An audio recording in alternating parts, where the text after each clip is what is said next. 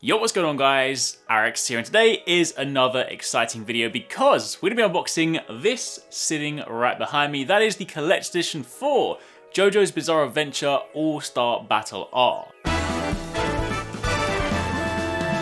This, of course, is one for the anime fighters out there. If you guys like your anime fighters, you like your 3D sort of arena brawlers, so to speak, and you also like JoJo's Bizarre Adventure, who doesn't, then this is one for you. I want to give a massive shout out to the guys over at Bandai Namco for very kindly sending me the Collector's Edition to unbox, and of course, give me a chance to check out the game. If you want to take a look at some of the wacky, crazy, great heat attacks, aka the ultimate attacks, definitely check out the video we uploaded already on the channel. But in this video, we are both going to talk about the game, which launches today on pretty much all platforms, but we're also going to take some time to unbox that as well. So if you want to learn what this game is about and take a look at a cool statue, cool figure, and a few things like that, then you're in the right place. If you do enjoy this, a like would be super appreciated. If you are JoJo fans, sound out down below in whatever way you think is most appropriate, and keep it locked for plenty more.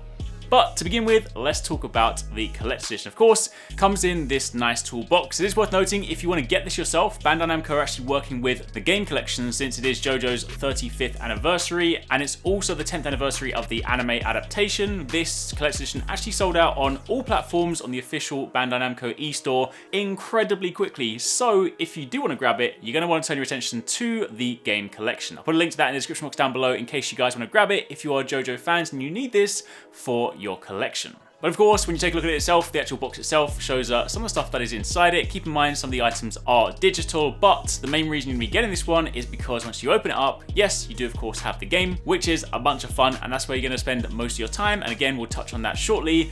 But then we have the figure itself. This is a 26cm Grandista Series Joelin Kujo Special color version. This one, the detail is really nice. Of course, standing pretty tall, you open it up, you have a simple base plate, which of course keeps it standing nicely. You have that iconic pose, and again, when you look it up close, the details are really nice on this. So of course, again, if you are a JoJo fan, you want this for your shelf, you want this for your collection, then make sure you hit up that link in the description box down below. But this is not the only thing. Again, as mentioned, some of the stuff is digital. If you do grab this Collector's Edition, you get the game, as you would expect. You also get the Season Pass, which will give you 4 playable characters and early access and the Season Pass bonus. You get the figurine. You also get the additional Deluxe Edition bonus, which is the Animation Special Event Color Set, the Prism Plate, and the Collector's Box itself. So, quite a few things to enjoy in game. Speaking of game, let's talk about this. If for some reason you don't know what this is, I mean, hopefully the gameplay speaks for itself. This is a fighting game or a brawler. I feel like whenever these sort of games come out, I kind of need to sort of caveat that and talk about it as a brawler, because the sort of fighting game heads out there will be like, well, actually, hold on a minute.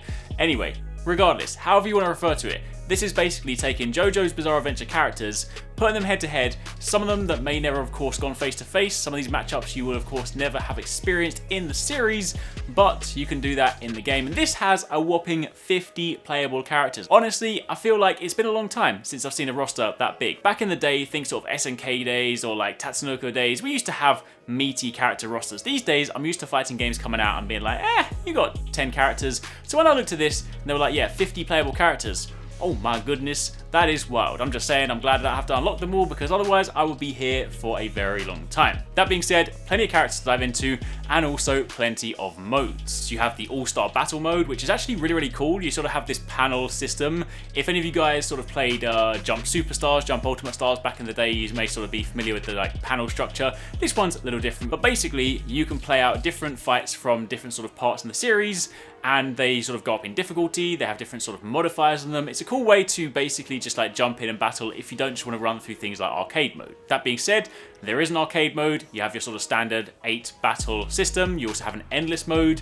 There's a practice mode, online mode, ranked modes, a way to look through the gallery. There are lots of modes, and of course, versus as well, if you want to fight your friends, which, let's be honest, is an important part in this game. Also, when you're on the game, there are fun sort of gimmicks as well. So think of it a la sort of Smash Brothers. Not quite the same. You're not going to have crates coming down, but there are some funny things where you do trigger some of these sort of environmental traps, which do mix up battle. In terms of sort of changes, for those of you guys, you may have played the original one, the one that sort of came before this one, which was just All-Star Battle. This one is of course based on the original one that released in 2013, but All-Star Battle R actually reinvigorates the experience and adjusts the fighting tempo and the addition of hit stops and jump dashes. So mechanically, there are some new things to enjoy, to experience. There's also new audio recordings from the Part 6 anime voice actors, so the full atmosphere of the animated series is realised in-game. Of course, on top of that, there is the stunning visual style as well, so if you do love the sort of visual aesthetic of JoJo, which clearly, if you're a JoJo fan, is going to be one of the things that draws you to it, then that is definitely replicated in-game. But all in all, it has been a fun experience to sort of messing around with this. I have, of course, played this all, largely speaking, solo or against CPU for now.